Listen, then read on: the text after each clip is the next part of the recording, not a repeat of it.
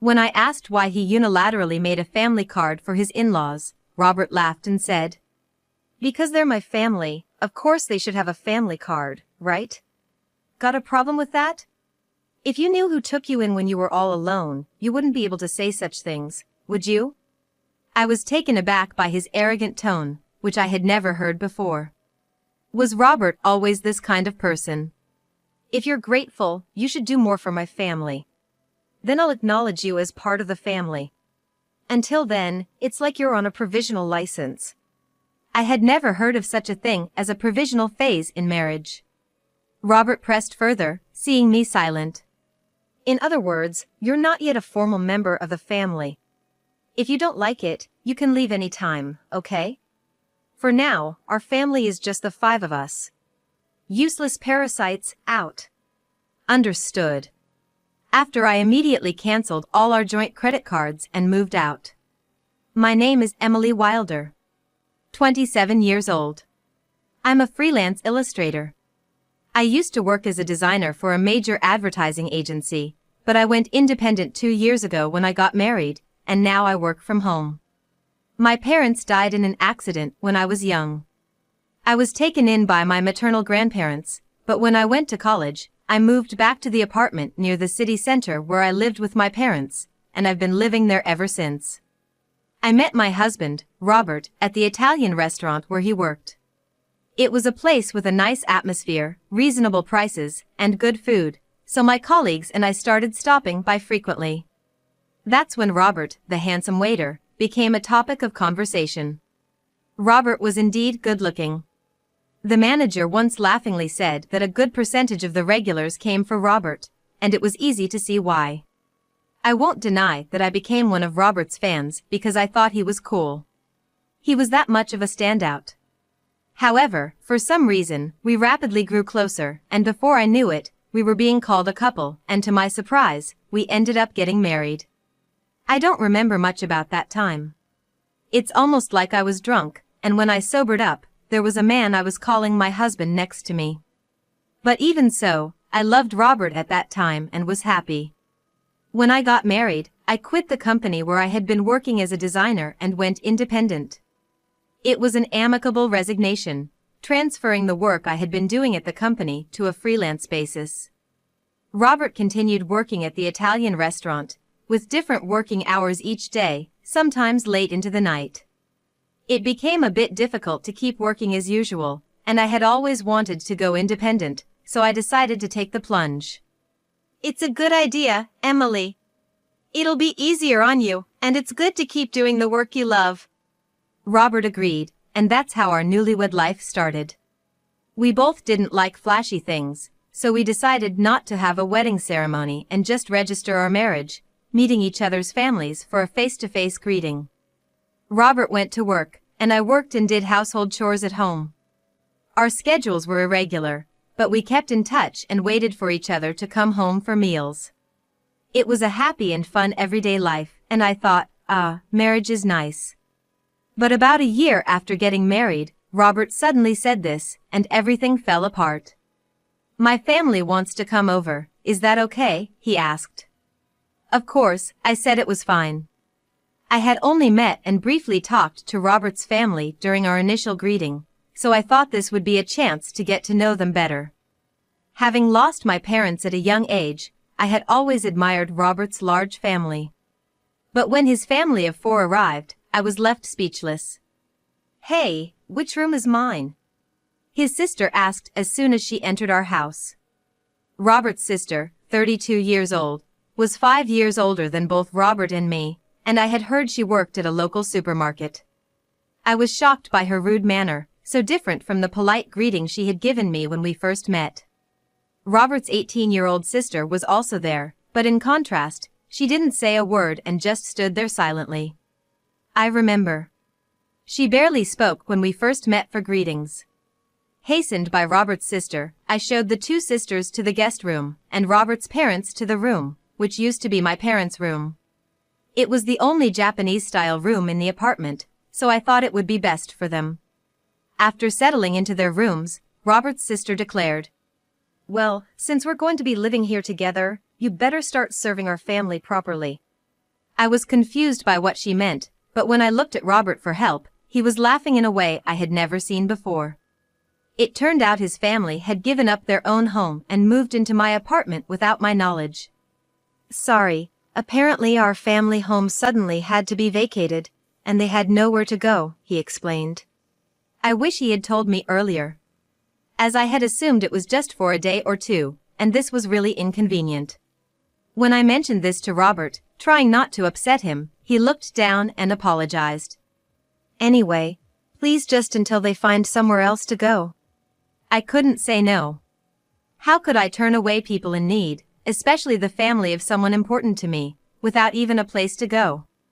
I reluctantly agreed to live together, on the condition that they find a new place as soon as possible. But I would come to regret this decision. Robert's family showed no restraint. All four of them, from the day they moved in, did nothing and left everything to me, saying whatever they wanted. They made no effort to look for a house or a job. When I asked about their jobs, I was in for another surprise. Oh, I quit that lousy supermarket job. She had said she was employed, but apparently, it was just part-time work.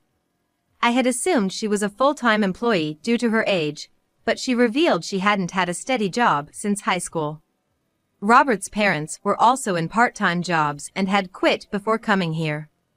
And, of course, Robert's sister was unemployed. She had said she was a student, but that was a lie. Why should I work when I've become part of a wealthy family? A wealthy family? Who was she talking about? When I asked, I got another shocking reply. You, of course. You got a big settlement and insurance money from your parents' accident, and you don't even have a mortgage on this apartment. You can live without working. Robert's sister said, laughing. I protested to Robert when he got home, but he raised his voice in a way I had never seen before. Everyone's tired from suddenly having to leave their home. Let them rest for a while. Or do you want to cruelly kick out my family, Emily? Stunned, I froze. Then Robert suddenly softened his tone. Sorry for yelling. I'm having a tough time too. I've been busy and tired today. Can you understand? Just a little more patience, please. Robert was good at handling women. Looking back, he probably always used a mix of kindness and harshness to get his way with women. But at that moment, I didn't realize it and reluctantly agreed to endure a little longer. And the tyranny of Robert's family got worse. They treated me like a servant when at home and demanded money when going out. We can't go job hunting without a penny, can we? It's fine, but if we can't find work, we'll just keep living here. I reluctantly gave them some money, which of course they claimed to have spent without finding a job. They probably never looked for work. But if I said that, they would accuse me of lying without proof, and Robert's whole family would blame me for hours. Telling Robert didn't solve the problem. Everyone's frustrated about not finding jobs. Sorry, just bear with it a little longer. I'll talk to them, Robert said, trying to smooth things over. But as time went on, I felt like saying anything was pointless. However, the frequency of them asking for money gradually decreased, perhaps because Robert said something, so the issue seemed to resolve itself. Of course, the money I had given them was never returned. Then, after about 3 months of living this way, I noticed something alarming. Why is the credit card bill so high? Could it be unauthorized use? When I quickly checked the statement, all the charges were made with family credit cards. The purchases ranged from food and drinks to books, games, and even expensive brand bags and clothes. Each item was labeled with a number from 1 to 5, indicating that 5 family credit cards had been issued. Currently, these credit cards are in my name, with Robert using the family cards. It seemed like you'd be better at handling this, and it's more convenient to consolidate payments, right? Can I leave it to you? He said, and I ended up managing them. But it seemed these family cards had been issued without my knowledge. Robert's family stopped asking for money because they could now make credit card payments and cash withdrawals. When I confronted Robert about why he made family cards for his in-laws without asking me, he laughed and said, Well, you complain when they say they have no money, so what choice do I have? Besides, you know who took you in when you were all alone, right? Can you really say such things to the important family of your benefactor? I was stunned into silence by his arrogant tone, unlike anything I had heard before. Was Robert always like this? If you're grateful, you should serve my family more. Then I'll acknowledge you as family too. Until then, consider it like you're on a provisional license. I had never heard of a provisional phase in marriage. Noticing my silence, Robert pressed further. This means you're not yet an official family member. If you don't like it, you can leave any time, you know? Right now, it's just the 5 of us in our family. Useless parasites, get out. That's when I realized Robert's true nature. I felt as if all the blood had drained from my body, shocked. I considered divorcing Robert. In fact, I began to wonder why I married Robert in the first place. Initially, I just thought he was a handsome guy. Like the other girls, I was just excited about him being handsome, without any particular intent. Then one time, when I left to go to the restroom, Robert approached me. You seem different from other people, Emily? Huh? I don't know how to put it, mystical? Sorry, it's not something I should say to a customer. I was taken aback.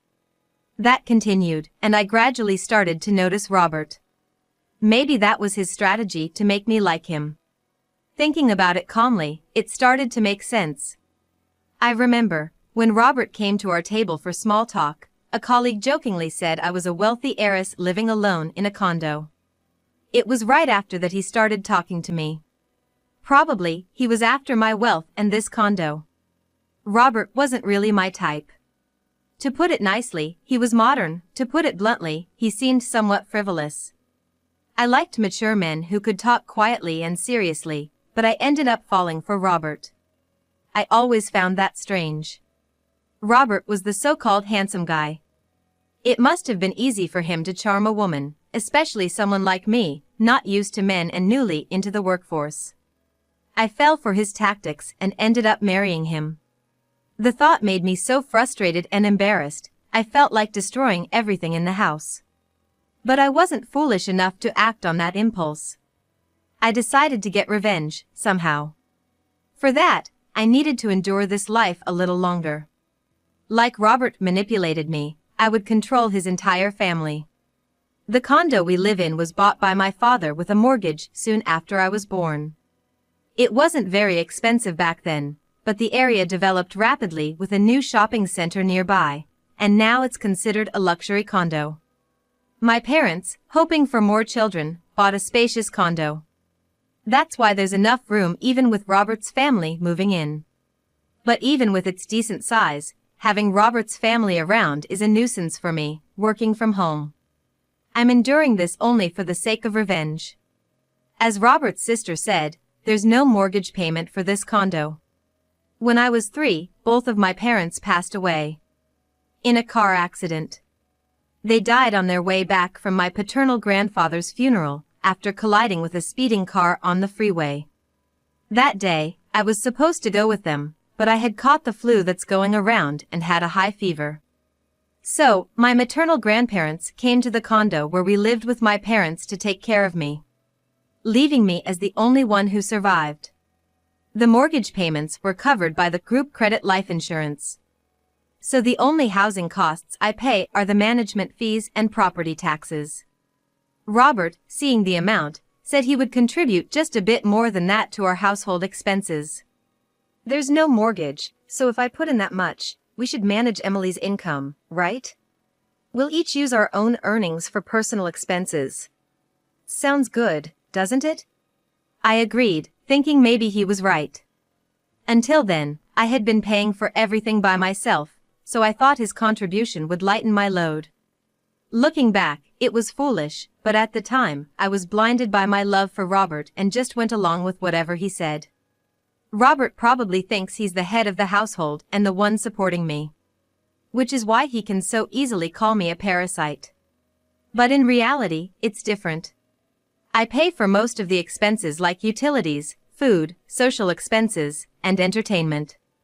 And now, 5 real parasites had been added to my household, making it impossible to manage with just that amount. I wanted to get rid of them as soon as possible, but I pretended not to notice and endured. I gritted my teeth and let Robert's family freely shop, reminding myself that I'll be the one laughing in the end to get through these tough times. Then, 3 months after deciding to divorce, the day to act finally came. I'm tired. Please decide, it's either me or your family, I told Robert, presenting him with a final decision. He was surprised, but I continued without concern. None of your family members lift a finger to help around the house. They just dump all their chores on me.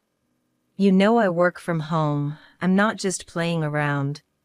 Yet, they treat me like a freeloader and tell me to know my place since you're supporting me. I've had enough. I cried as I confronted Robert. He looked at me, smirked, and said, "Then you should leave. Didn't I tell you before? You're not really a part of this family yet. Giving up like this means you didn't earn your place in the family." I pretended to be shocked as I looked at Robert. "What are you surprised about?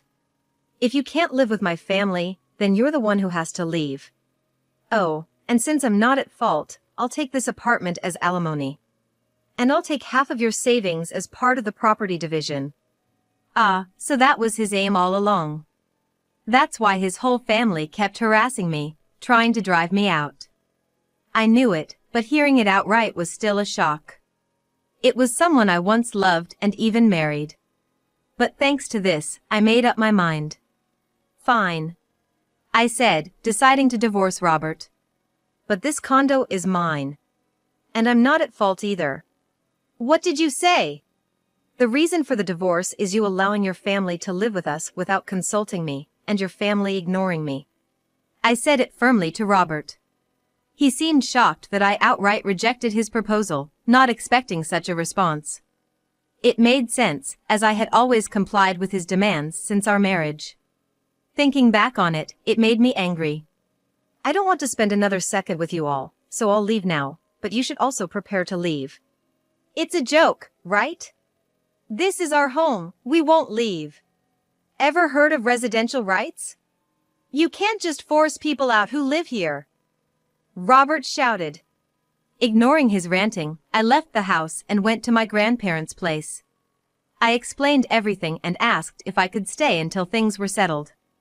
My grandparents were shocked to learn what I had gone through and scolded me for not consulting them earlier, tears in their eyes.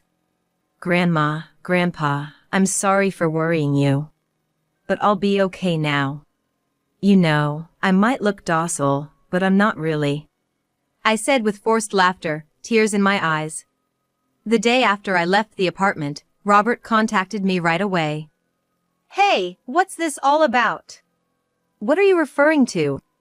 The certified mail. I was impressed by the quick work.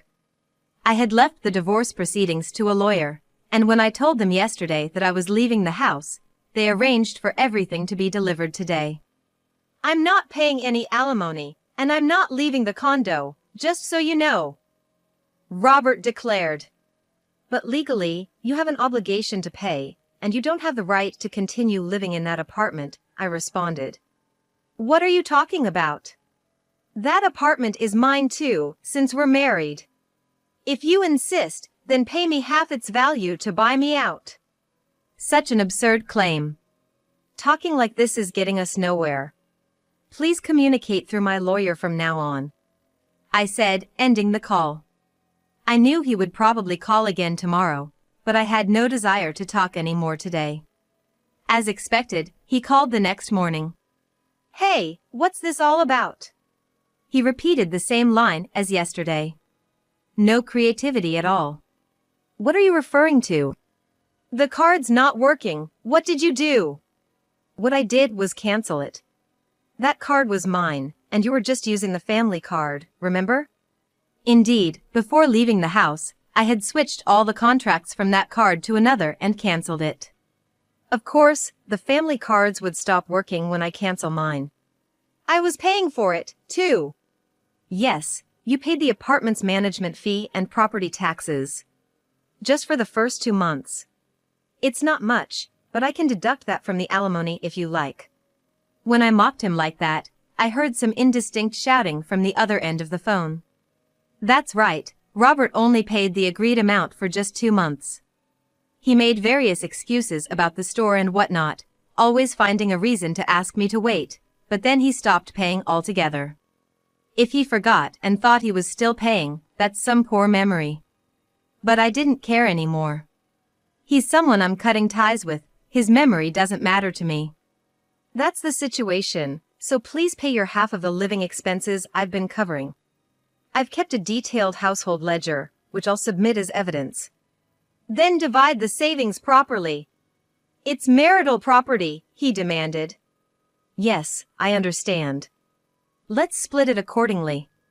I agreed, and he ended the call with a parting shot, reminding me not to forget. Hey, what's that all about? Then, a few days later, I got another call with the same line. I realized they lacked not only memory but vocabulary as well. What do you mean? The split of shared property. Why is it 0? You must be rolling in cash from your parents' insurance and alimony. Ah, so that's what they were thinking.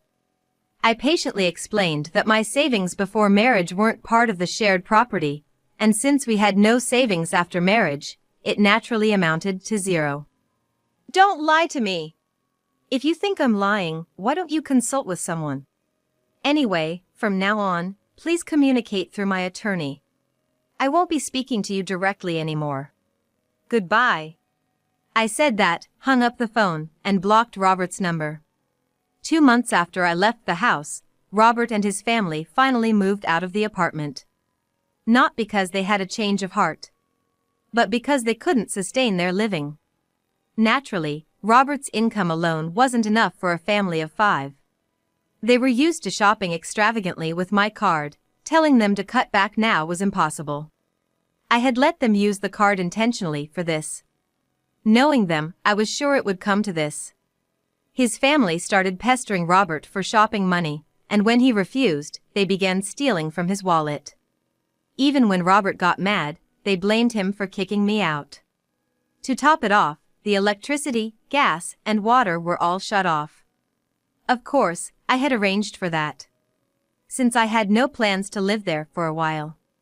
Robert tried to get them restored immediately over the phone, but the house was in my name. No one else could get them reconnected if the owner had them stopped.